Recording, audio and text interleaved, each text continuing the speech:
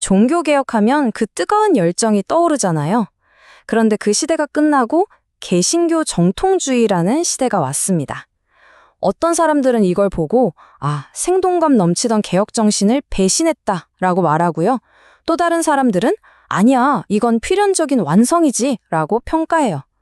과연 진실은 뭘까요? 오늘 바로 이 질문의 답을 한번 찾아가 보려고 합니다.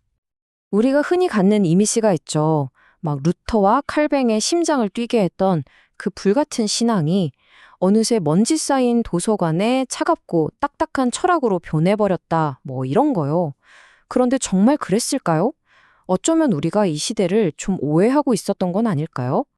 자, 이 거대한 지성사의 퍼즐을 맞추기 위해서 오늘 우리가 살펴볼 5가지 조각들입니다. 먼저 종교개혁 직후에 무슨 일이 있었는지부터 시작해서요. 사람들이 가장 헷갈려하는 정통주의와 스콜라주의가 뭔지 제대로 알아볼 겁니다. 그리고 정통주의가 어떻게 발전했는지 그 얼굴들을 따라가 보고 가장 중요한 질문이죠. 과연 이게 연속인지 단절인지 따져볼 거예요. 마지막으로 이 모든 게 오늘 우리에게 어떤 의미가 있는지 그 유산까지 짚어보겠습니다.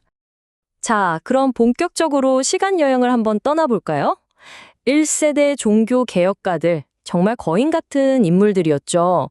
이들이 무대를 떠난 뒤에 그 후계자들 앞에는 과연 어떤 엄청난 도전 과제들이 놓여 있었을까요? 생각해보세요. 혁명의 불꽃이 활활 타오르려면 그걸 계속 담아둘 단단한 화로가 있어야 하지 않겠어요? 그러니까 카리스마 넘치는 외침이 체계적인 교리로 정리된 건 실패가 아니었던 거죠. 오히려 이건 거친 파도 속에서 개신교라는 배가 가라앉지 않고 살아남기 위해서 반드시 필요한 뼈대를 세우는 과정이었다고 봐야 합니다. 보통 종교개혁하면 막 뜨겁기만 하고 어떤 체계는 없었다고 생각하기 쉬운데요. 사실 꼭 그렇지만은 않아요. 이미 1521년에 나온 멜라니톤의 신학총론 같은 책을 보면 알 수 있거든요. 그러니까 개혁가들 스스로도 처음부터 자신들의 생각을 잘 정리하고 체계적으로 만들려는 노력을 계속 해왔다는 거죠. 자, 이제 이 이야기의 핵심으로 들어가 볼 텐데요. 여기에는 가장 중요한 두 주인공이 등장합니다. 그런데 이 둘 정말 오해를 많이 받아요. 바로 정통주의와 스콜라주의입니다.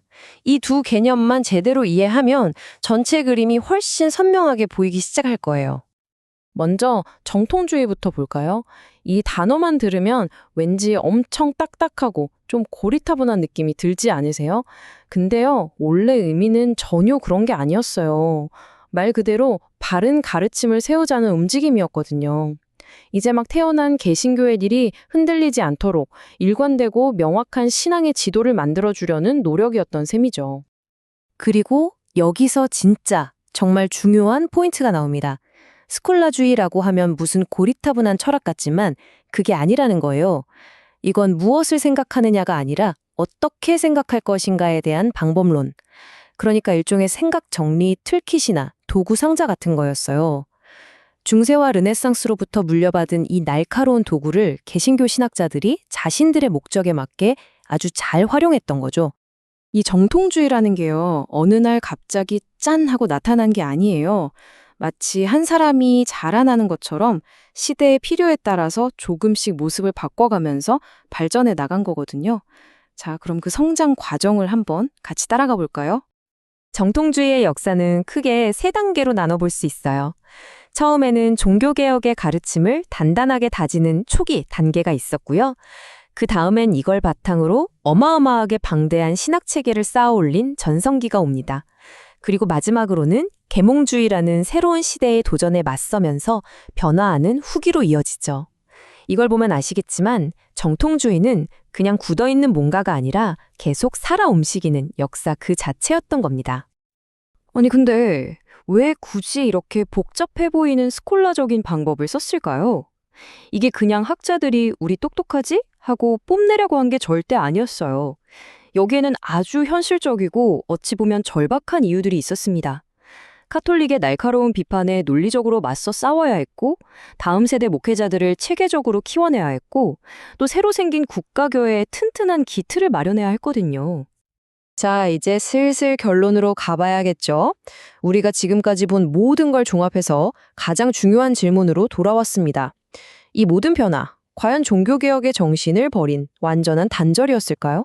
아니면 그 사명을 그대로 이어받은 자연스러운 연장이었을까요? 결론부터 딱 말씀드리면 정답은 둘 다입니다.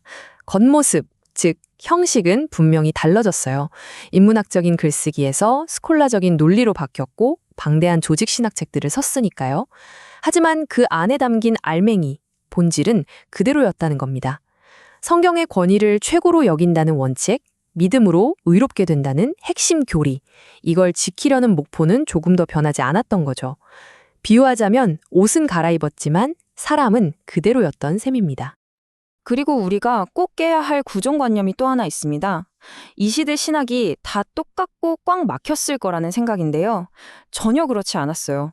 실제로는 스위스, 독일, 네덜란드, 영국까지 이어지는 거대한 국제적인 네트워크 안에서 엄청나게 활발한 논쟁을 하면서 계속 발전하던 살아있는 전통이었습니다.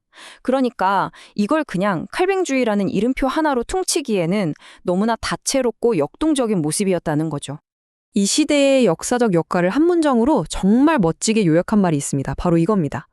반세기에 걸친 종교개혁의 시작을 개신교 정통주의는 한 세기 반에 걸쳐 변호하고 명료하게 하고 집대성했다. 무슨 뜻이겠어요? 한마디로 혁명의 성과를 굳건히 지키고 잘 다듬어서 다음 세대에 안전하게 물려주는 그런 수호자이자 정리 전문가 역할을 했다는 거죠. 자, 이제 정말 마지막 질문입니다. 아니, 수백 년 전에 이렇게 복잡하고 낯선 신학 이야기가 지금 21세기를 살아가는 우리랑 도대체 무슨 상관이 있을까요? 어떤 의미가 있는 걸까요?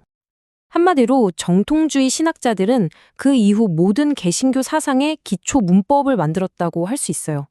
그들이 짜놓은 이 개념과 체계가 어찌나 강력했던지 나중에 그들이 비판했던 신학자들조차 결국은 그들이 만든 문법 안에서 생각하고 말해야 할 정도였으니까요.